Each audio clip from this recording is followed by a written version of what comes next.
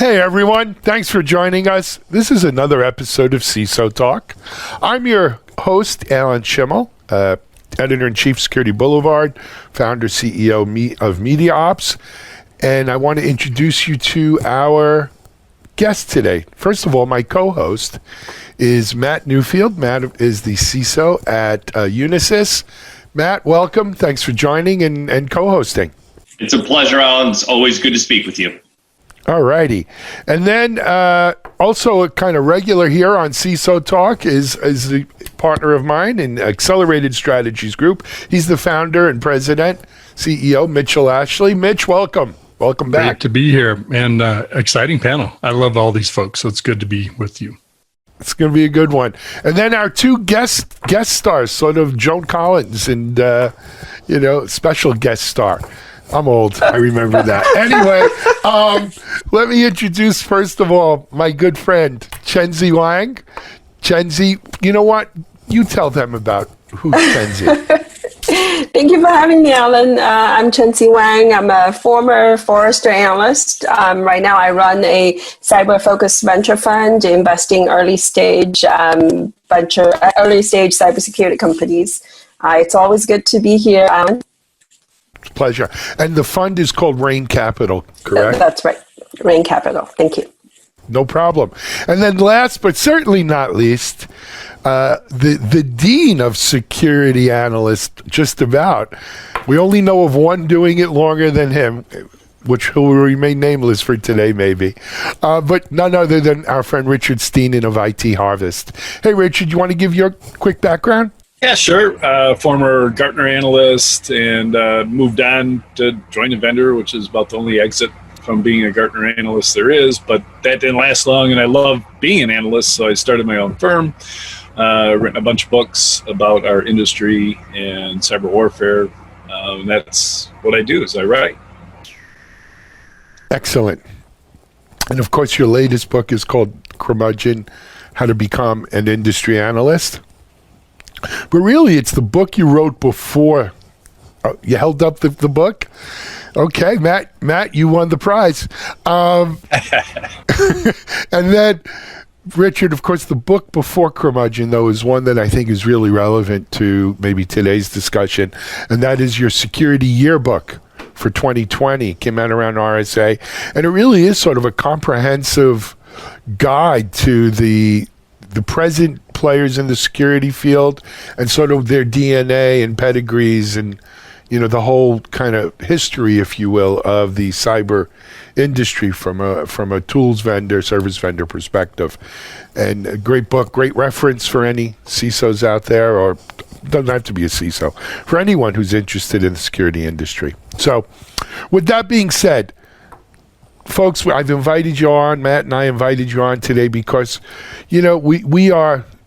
we are halfway through August, more than halfway through August. We're almost 6 months into this COVID everyday calamity kind of thing. And though we've settled into patterns and things we do, we Zoom a lot, right? We don't go out a lot. Most of us, we wear masks, but there's been really, it's sort of a new normal. And this new normal has resulted in, especially in the cyber world, new patterns, new tools, new ways of doing things. There's been winners and there's been losers. And I think it's not too early to start recognizing now what those some of these winners and losers may be. So I wanted to talk about that with us for a minute, or for the next 40 minutes or so. Matt, as you're the co-host, so I'm going to give you the chance to kick it off. And what do you see as winners and losers, and we'll run with it from there.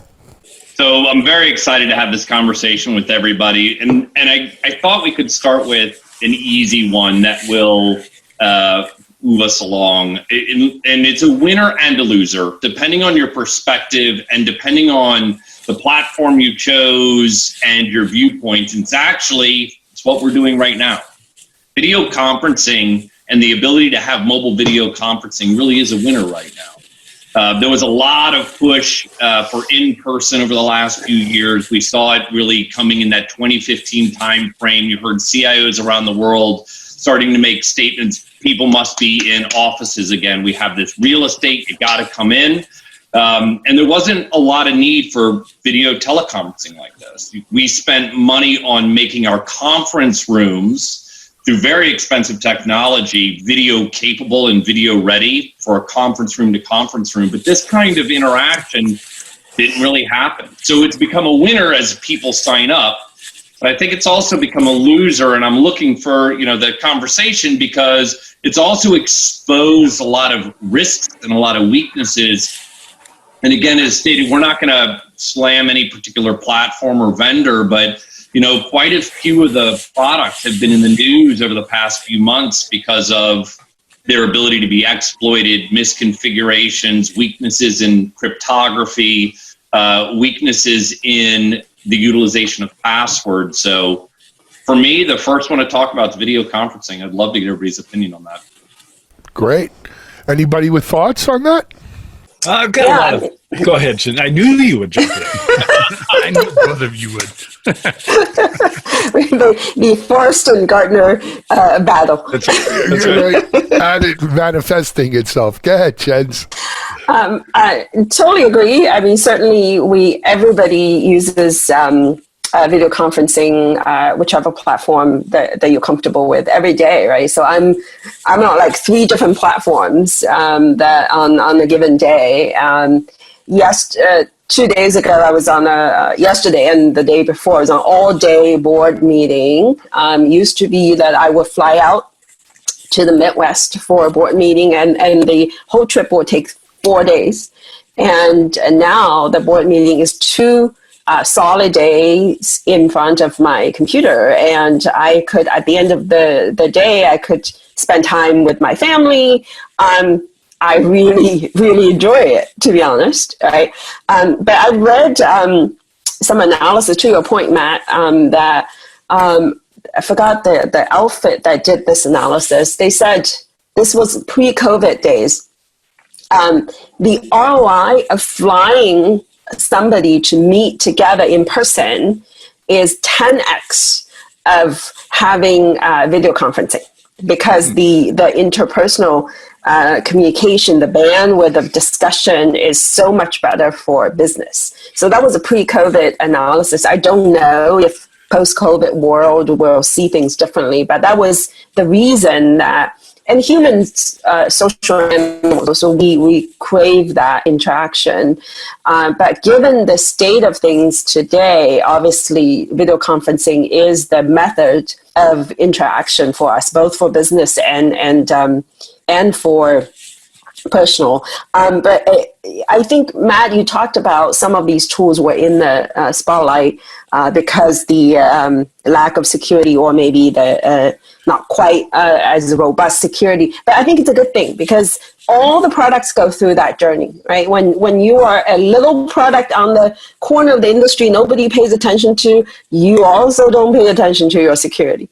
And then when you become a target, everybody's looking at you and you've been exploited, then you're like, okay, we need to invest in security. And so I think it's a good thing that these products now are strengthening security and getting expert advisor panel to help them. And overall, it's a good thing for the industry. Yeah, and Richard, before I hand it off, I couldn't agree with you more. And what's also very interesting, a lot of these companies, as they're growing, they're trying to create a product that is easy to use for the masses. And that's a fine line to walk when you get with people like us, security folks, that sometimes we swing too hard one way or the other and can make things more difficult. And even something as simple as requiring a password for every call that you're on, every video call, a year ago would have probably been frowned on as compared to now. So, Richard, I know you wanted to jump in. Yeah, totally agree on the security side. I am not concerned with the security vulnerabilities, the odds that some nation state is going to harvest all of your conferences, because, first of all, who cares? If you're going to have private conversations, you're going to be using Signal anyways. So don't hold the video conferencing tools to the same standard that you hold Signal and WhatsApp, those in Telegram and all the rest of those. So the remarkable capability of Zoom to pivot and add security in the fast manner they have blows me away. And then the other thing I've never seen before is the rapid copying of Zoom's interface, right? So all the other platforms, which frankly everybody hates, right? They're horrible. They've always been horrible. And I'm not going to call them out by name. We all know who they are. And there's one in particular that wants to load software every single time you use it. So you got to get into the meeting 20 minutes before the conflict, and it screws up your audio, so you can't hear it. You got to reboot your computer. Zoom got rid of all of that, and everybody else is copying the interface. So once you're used to Zoom, you can use the other platforms too. And I think back to Cisco. This will be a little bit of vendor bashing, but it's so old, nobody's there anymore that remembers this. But at one point, Cisco, when I was at Gartner, Cisco was claiming to be the leader in security, blah, blah, buy everything from us, as they still try and do. But then John Chambers, who's one of the smartest people on the planet, decided that the future was in video conferencing. And he pivoted the entire company. And remember the 6-page ads in the Wall Street Journal for video conferencing. And he was wrong. He blew it. It wasn't the driver for network bandwidth, which is what Cisco relies on, because they actually sell switches and routers. And he just totally missed it. So they were out of the security space because he can't market to two different messages at the same time. They were out of it for 5 or 6 years until he started doing acquisitions again. So Zoom came along. Zoom won this battle, and all the power to them, and thankful to them for creating this tool that we can all use. Can I add one more thing? The Zoom's interface, yes, everybody's copying. I actually don't like. It's a single channel communication, right? It doesn't matter you have 2 people or you have 100 people. Only one person can speak at one time. It's just not conducive to all forms of conversation. Yeah. So I'm actually looking at new platforms that will allow you very seamlessly have multiple groups of conversation happening at the same time, and you don't have to interfere with each other. There's one particular platform called Toucan Events. It's fantastic, and it's done by. What was the name, Chenxi? It's Toucan. It's like the bird toucan. Toucan. Toucan, and it's done by 2 Stanford students, and they're fantastic. Cool. If you have a chance, check it out. How secure is it? Or is it that I don't know. If I can jump in, to the user interface, I think what Zoom got right is instant on. It's easy to get there. The other things, and the other thing they got right was responding to, Zoom bombing and security issues that pop, as well as they were extremely responsive. You got to get very much so. You know what? The thing I would mention though, I think the real winner in it is not video conferencing. It's the fast decision making that happened in IT organizations to get on a collaboration tool, get on a Zoom or whatever we're going to use. Those decisions were in the debate cycle for probably years, if not months. Yep. And in a week, it's decided we had to. So I'm fortunate. It's by necessity, right? By necessity. But isn't that those decisions got made? Right, but that's just not video. I was talking to some VCs last week, in the space, and their take is that we've seen 6 years of cloud transformation in 6 months. Yeah, I believe it. Yeah. I was going to say cloud providers and cloud application providers is a big category winner right now. Because if your organization is cloud heavy, using cloud, using SaaS, moving to working from home is not a big deal. But if you are enterprise infrastructure, enterprise application heavy, boy, that's a huge lift to putting enough of the VPN infrastructure to have enough capacity for everybody. It's just a really difficult thing to do. The Mythbuster that's the winner too is remote work. There's all that stigma around it's not productive, it's whatever. you know what? Yep. It's working fine, working great. Yes. In the offices in many cases. In some jobs, in some industries, Mitch, I absolutely agree. But there are others that has really come to light that either you need better training, you need better experiential services for those individuals. Yeah. And one of the things that I think is a winner and a loser, one of the loser side of everything we're seeing is in those IT organizations, we've moved everything really quickly to home. And, we're an example of that. In under a week, we went to 95% work from home. We were averaging 14% before we did it. And I like to say we did it securely. That said, you talk to a lot of CIOs out there and, moving someone home and saying, I gave you a laptop, I gave you a desktop, and now you're working from home. I think that's a loser kind of a concept because not everybody in the world has good power, good internet, nor the space to do what, let's be honest, the five of us are doing right now. If you were in a much smaller space with bad power, bad internet, no air conditioning, doing this can be very, very difficult. And I think one of the other potential losers here, and I really want to get your opinion on this, it's not technology, but it's some of the people who are entering the market. So newer in their role, they're brand new, maybe they just graduated from a university or even a high school a couple of years ago. And now instead of being able to go into a space and work with people like you, the experts, and get that learning experience, they're stuck at home. And there's an expectation that they understand the difference between working and going to play some video games or going for, doing things in their personal space. They're trying to work. I think there's a bit of potential loser there over the next couple of years. Yep. Yeah. I think another set of losers that I'm looking for signs of. So we all talk, oh my gosh, this is great. We can all work from home, especially tech workers, right? Programmers, developers. And they're all saying, oh, this is great. I can move out of San Francisco to somewhere else that's nicer, quieter, more space and cleaner, and I can have the same job, hopefully at the same salary. But the companies are going to think, you know what, now we don't need to hire these expensive people, and we can go to St. Louis, just picking that, or Detroit, and we can hire people for half the salaries who are perfectly happy to work from home remotely, and or go outside the country. And you know what, Richard? I've had this conversation with Sid Sibrandy, the CEO of GitLab. Right, so GitLab has 1,200 plus people and 1,200 plus offices, not since COVID, from day one. Right.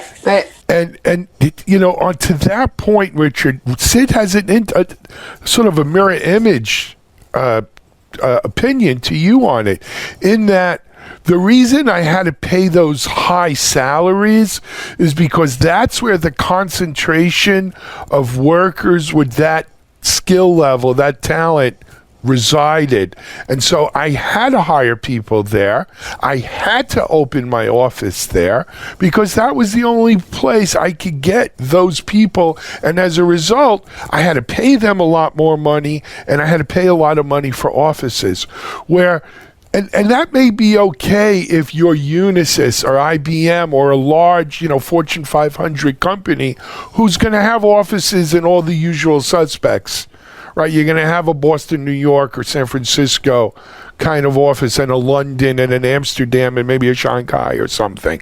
But for startups, which is, in smaller companies, it didn't make a lot of sense because either you had to commit to spending a ton of money to, let's say, be in the Valley, right, to be in Silicon Valley and, play with that,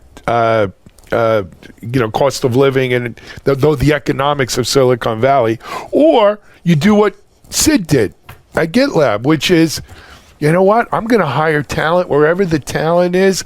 I'm not going to worry about concentrating in Boston or New York or San Francisco or Austin or Boulder, and I'm going to be totally distributed, and so they're in 30 or 40 countries, have been, and he thinks that's the wave of the future. I agree it is, but the people that have been pulled into the vortex of Silicon Valley are going to be shortchanged because now somebody's going to say, guy's got 2 years experience. He wants $250,000 a year. And there's this guy with 10 years experience in Finland who will work for $90,000. So there's only one of us here who lives in Silicon Valley. Why don't we ask her? Yeah. Chenxi, what do you think? What does it mean? I don't know. The opinions on this are split, right? So I certainly have heard a lot about people moving out of San Francisco high rent areas, going into more spacious geos, and with this working from home, sure, why not? I've also heard that so where I live, I'm in the middle of Silicon Valley, outside of San Francisco, but in the middle of Silicon Valley on the peninsula. The housing price is not going down. It's because the lack of inventory, and there's still a lot of optimism that it's going to come back, and everything's going to go back to normal. I don't know which one. I think that the future is probably somewhere in the middle, where we probably still going to see certain levels of concentration in metropolitan geos like San Francisco and New York and Washington, D.C. and others. But there will be a larger percentage of workers that will be satellite workers. The thing that GitLab does, I mean, they've been doing this from day one, as you said, right? But they have a culture internally to do that, to manage it. And I think Sid sort of instilled that culture from day one. Now, if you don't have that culture and you have to accommodate this working from home, it is difficult. So my friends who are managers in large companies who used to have their teams local, now they tell me they work a lot harder, doing a lot more one-on-one meetings to keep people motivated, to build this sense of community. So they are tired, to be honest. So I don't know whether the future will be completely work from home. I think not. So that's my view. Yeah. I need to jump in and speak up for, I can't speak for, but speak up for the Gen Z and millennials. I have a little bit of a different take, Matt, on what you were saying, and that is the folks that I've worked with coming right out of college right now, I've been just struck by how fearless they are about technology. They don't care. It is not an intimidator to them at all. And they are so used to remote communication. Maybe that's that they've already been practicing social distancing because they're looking at their phones all the time or whatever. To be honest with you, I think they're the best equipped to work this because they don't need to sit by next to sort of the apprentice model. Let me sit next to the experienced person and learn from them physically. There are trades, that's true. But so in some ways, it may be kind of the middle generation who, to your point around pricing of cost of people that might have a tougher time. I'm not sure where that falls. So Gen X gets screwed again? Younger folks are very well equipped for this. Potentially. Depends on the role. And just to throw what Chenxi was saying, I agree. We're not going to see one or the other. I don't think we're ever going to go back to that 90+% in an office for even large corporations like the one I work for. You're going to see that middle split because there's something to be said for a lot of the functions, to having a campus, to having people in offices, to having those kinds of roles, even from just the sense of community. And there are still a lot of people who suffer, all ages, because, if you've got a family, if you've got things around you, you don't potentially need to go somewhere for that social experience. And if you're by yourself all the time, this is not social enough for a lot of people. So you're going to get that split. And to your point, Chenxi, I've heard anywhere from it's going to be 25% to 60%. And, it's somewhere in that 40s most likely is going to be the norm for a period of time, right? There was a large period of time where we were pushing for work from home in the early 2000s, and it knee-jerked into offices. And this is just the way of society. The pendulum. Yep.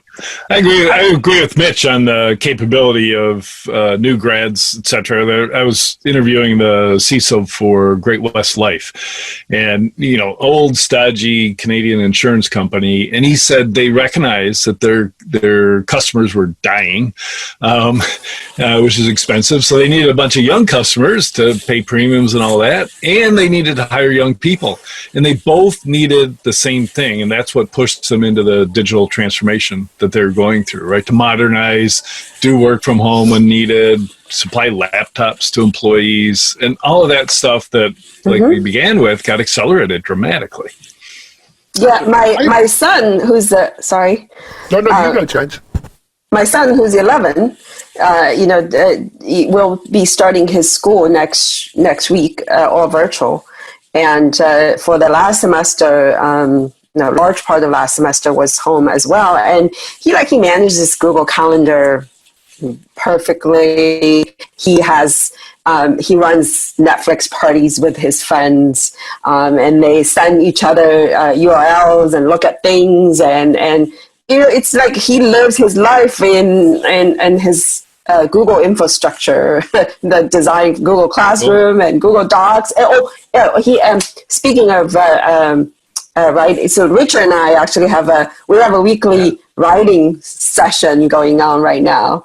And my son, who started writing his own novel, and he writes on Google Doc with two of his friends. It's really? They just picked that up really easily. Native. They're natives. They're natives. They're natives. We're not. They are. Yeah.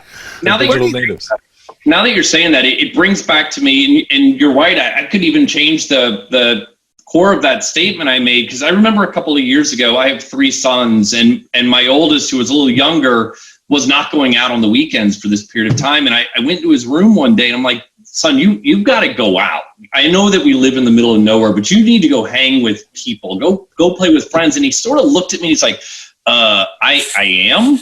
I came around, and he was in a chat with all of his friends, and they were playing some games together. I was like, yeah. It's a different.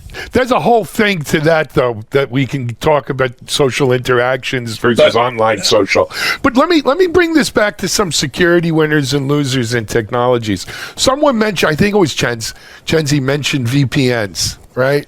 So I say short term, very short term winner, right? For companies that couldn't really transform and they had to buy some more concentrators, maybe more licenses. But long term, they're done.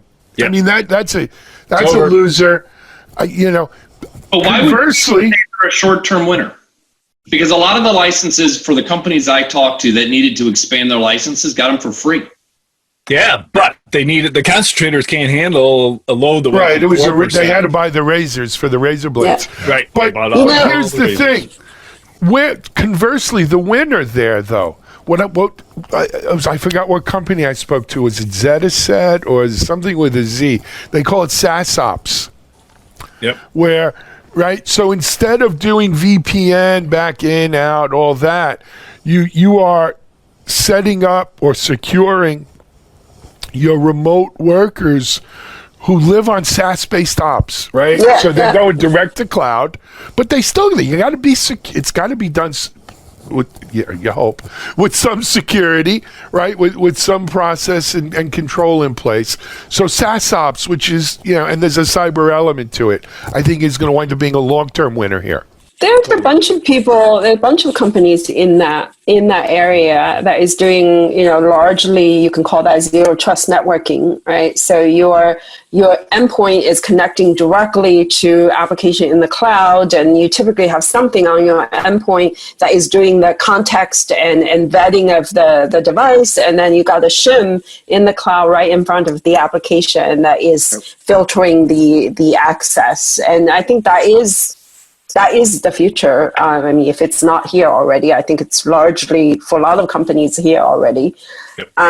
One thing that's interesting, you mentioned VPN, is I think there's a portion of the hackers that are winners these days, because they're picking on this particular mode of communication. So I was chatting with the Unit 221B guys, And they were telling me they've been tracking a lot of criminal groups right now is doing specifically VPN phishing. Right. So the way they do it is they will look up, they will do reconnaissance of who your IT guys are, their support, their number, their names, and they'll call up workers, say, hey, I'm from your IT department. Right. So our VPN is down because it does go down all the time. And we're setting up this new VPN infrastructure. And let me send you a portal. You know, here's the URL. You go to that portal, you log in there instead. And you know how many companies have successful phishing? A lot of them. I mean, phishing is up. I mean, then that would be another winner/loser is adversaries to phishing campaigns. Right. 600% up. 600%. And 600%. Wow. Yeah. And it's interesting you say VPNs, and it's are potential losers, but it is also, that ties into corporate infrastructure. We talked a little earlier. I think that's loser as well. As companies move into the cloud, they move into SaaS, there's just not a need anymore. Right? Yeah. Yep. You don't need a corporate internet because you got the internet. You don't need a corporate network.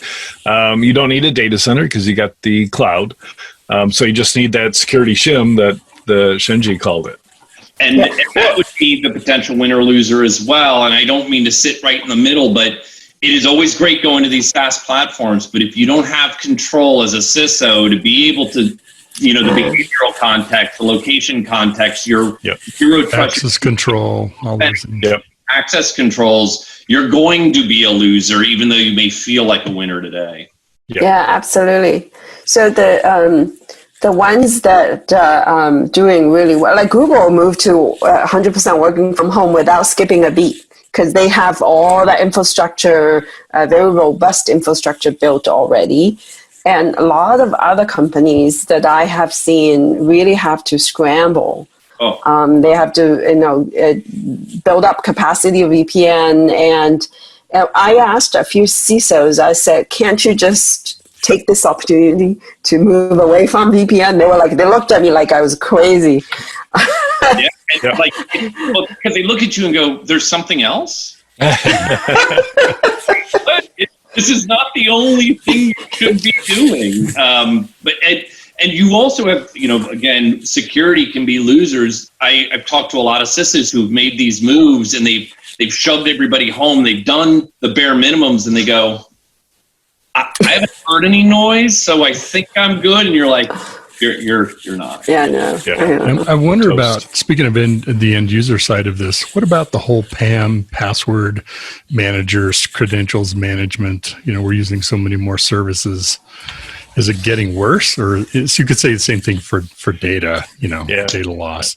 The solution providers are the winners. Right, so that all the other side of the network access with Zero Trust is also named Zero Trust, but it's really just user access to applications, and it's single sign-on again. But there's a central repository that ties into your Active Directory, authenticates the person, and connects you to the app. And that is so simple. You can have completely granular controls, but most of the companies that provide that are startups, right? So they're winners. They're going like gangbusters right now, rolling out. And it's a relatively simple. I mean, we do one with a company called Strong DM. I've done a bunch of interviews with a bunch of their customers. It's a proxy, right? It's a proxy. You set it up on this side, comes into their proxy, and they hook you up on the back end with everything. Really simple stuff, Mitchell, we were probably doing just in-house at Still Secure 20 years ago, right? But maybe not as out to the cloud, but, that idea of that proxy and adding firewalls and so forth. But it's interesting. I want to throw another kind of loser thing out and get your guys' opinion on, your guys and gals' opinion on this. And that is the security professional, the security admin. It's great to be in the spotlight. It's great to get a little love. It's great to get a little more budget to buy, whether I'm spending it on VPNs or Zero Trust. Are they getting more budget? I don't think they're getting more budget. I don't think so. No, well, you don't think so? No. Let me check my budget real quick. They never get budget. They never admit to getting budget. It's not manna from heaven. Right. Yeah. No, I disagree. I think a few years ago, they are getting more budget. Right now, the budget is shrinking for security. Yeah. Because So- budgets in general are shrinking. Let's be honest, across the board, and we're in no different boat. Companies are seeing a reduction in revenues and a reduction of collectibles when they're looking at their accounts receivables. Mm-hmm. Everybody's going to be hit by that, including security. You're right. Especially if the joke of nothing has happened. It's hard for a lot of CISOs who don't have business context to defend their spends. In that same vein, though, the security people are working harder and harder, defending a new territory, a new terrain. And, and you could do that for a month or two or even 3, but now we're in 6 and it's not letting up, right? Does there come a point of burnout of security, and working from home? A lot of people don't have the kind of self-control to say, I'm off, it's 5 o'clock, I'm done, it's 6 o'clock, I'm done, right? They're on all the time. And burnout's always been an issue in our industry. Has this exacerbated that? So I like to throw just from personal experience. For some cyber professionals, let's be honest, this is Super Bowl time or whatever, World Cup time. It's when cyber professionals can actually, if you have the right mindset, you work for the right CISO, you work for the right company, this is a time to really shine and show who you really are and what you can do. And for a lot of the cyber professionals I talk to on a day-to-day basis, while they're tired, they're still excited because they're getting recognition. They're not the hoodied person sitting in the basement. They're not the business disabler. They're seen as enablers. They're seen correctly and in some capacity. So there's some excitement, but that can be short-lived and can burn out. I've seen the flip opposite where they're just getting beat on a daily basis and they're tired and they're ready to move on. And, I've talked to some CISOs who are, they may have been at that 8 to 12% turnover rate or seeing 20, 30% now. Or anything is better than here mindset. Wow. Anybody else on that? But isn't right now a difficult time to be leaving a job to look for a new one, even, with all this reduction budget? No? There in the cyber world, what I have seen is a lot of companies who never invested in the past in cyber, all of a sudden are investing and they're looking to hire. And they're looking to bring experts in, or they're looking to what they call upskill their staff. And they realize trying to upskill people they may already have that have been there for 5, 10, 15, 20 years is not going to work. And they're trying to bring fresh blood in. And the market's pretty hot. My staff get regularly recruited. And, I talk to a lot of recruiters in that space, and the market's pretty hot. The issue is speed too, right? They can't get there fast enough with current staff. Yeah, that's true. Probably, that's true. Yeah, now. The one thing I don't see yet is companies as large as Unisys, for example, investing in training new hires out of school, and which to me is there's a potential gold mine there, right? You'd hire 50 people. This is what we used to do at GM. We'd hire 50 engineers and we'd filter them out. And at the end of the day, 10 of them would go on to be chief engineers. And even I've talked to Bank of America, and they hire 200 security people a year, but they hire them at all experience levels up to director, right? And none of them have training programs to bring people on board and get them up to speed. And I spent 7 months researching that and could not find a single company that had big pools of incoming people. And it's difficult to do. I mean, I've worked at much larger companies that really struggled with that concept. And I have I have one more loser I'd like to put in, that's internships. And I'd love to get your thoughts on internships, because most companies I talked to killed them this summer. And through the remainder of the year, they've either significantly reduced their intern programs or they've completely wiped them. And in the interest of time, I would love to throw in biometric. And I don't mean city-state biometrics, but corporate biometrics, and get your thoughts, because that is a potential big loser as well. or if you're into zero trust authentication, could be a big winner. So let's start with internship. Thoughts on that? What do you all think? Yeah, I think internship is tough. I personal experience, I have friends' daughter and sons were either sign up for internship and got canceled, or worse. There's one daughter of a friend of mine got a job offer from one of the big five, right, a consulting firm, and was happy to look forward to starting the job, and they got all deferred. Yes. Yeah. So it's worked for us. A gal we've got working for us now who's dynamite in turning our organization upside down was deferred out of EY. She was supposed to start like in May. Now she's starting maybe in January.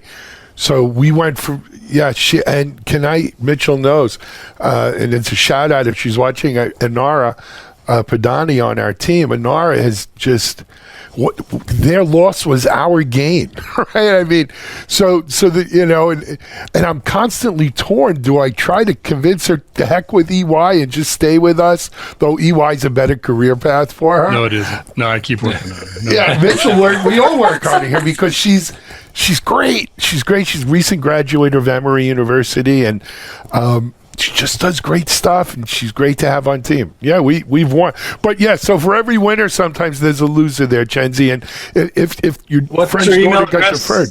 Yeah. we don't Her tell. name is spelled ZZYX. Yes, exactly. Yeah, exactly. But anyway, for every winner, there is a loser. Folks, we are getting near the end of our time. I want to give everyone a chance to kind of have some final thoughts. So, Richard, I think you went last on the introduction, so I'm going to ask if you'd like to go first.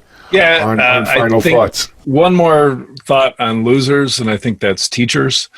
My daughter's a teacher, and she's just entering the field, so she's great doing online stuff. But older teachers just can't do the mind shift to teaching online, and a lot of them here in Michigan are just taking early retirement. And Here too. I'm upset about that. Right? I wish there were some way to create that. And then students, grade school and high school students are not going to get the rich environment that they would get in school. I think I'm a digital person from start to finish, and I think you could have a much better education digitally than you could in a school, but nobody's making plans or demonstrating the innovation to get there. Agreed.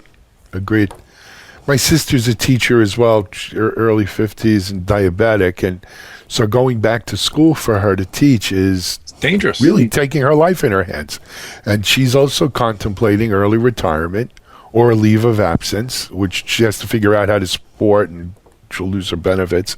But it is. And then as a result, young teachers are great, but it's a lot of those teachers that have 15, 20 years experience that really impart wisdom to your children.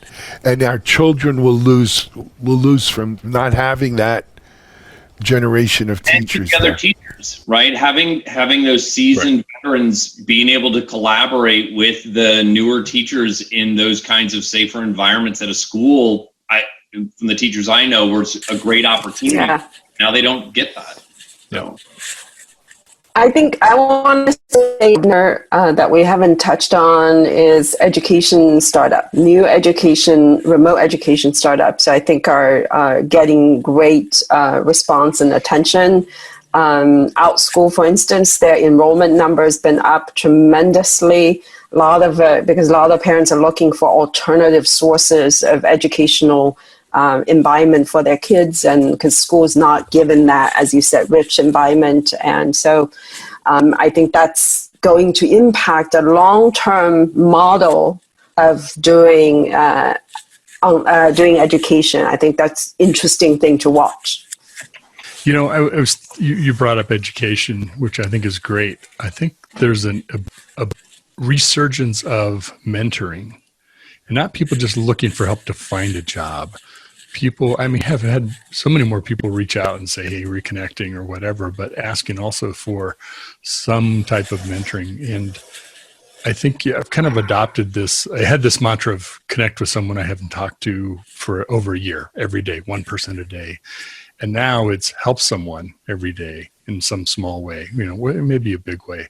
But I think in the security field, especially because it's so easy to get wrapped up in the technology and all the busyness of it, and to the point of phishing for VPNs, right? It's always the lowest common and the easiest way to get in, which is through people usually, or some process that's broken. So I think mentoring is a big winner right now.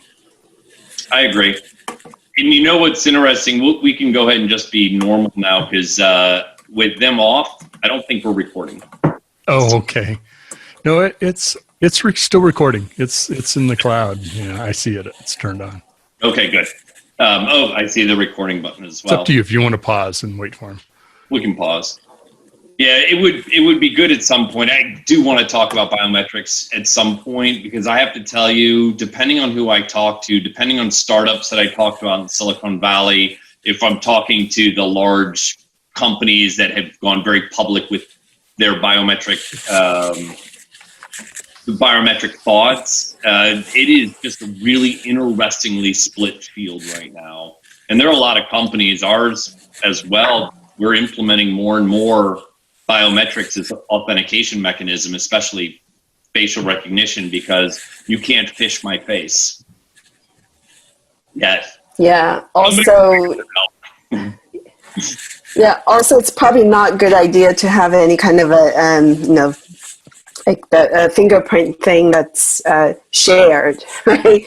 Nobody wants to do that. So the facial recognition is more hands off. Let's be honest, well before COVID, if I went into a data center and they're like, put your hand there, I'm like, no. Or put your eye up against something, you're like, seriously, I'm not leaving this place with pink eye. It's just not happening. You can look at me, or I can talk into something if you want, but the fingerprint thing on a public environment is just, to me, very, very strange. At least you can't break into them with gummy bears anymore. That could be a fun thing to do back in the day. We're coming up on the top of the hour. I'm not sure if Matt will join back in. Matt, do you want to just close us out? I wanted to thank you all very much for joining us today. Richard, look forward to reading your book. As always, it's a pleasure to speak with you. Chenxi, really, it was a pleasure having you on today. Thank you so much for everything you're doing. Mitch, as always, it's good to have you as a regular. We appreciate it. We look forward to the next CISO talk. Have a good day. All right. Thanks, Thank you. everybody. Bye. Bye.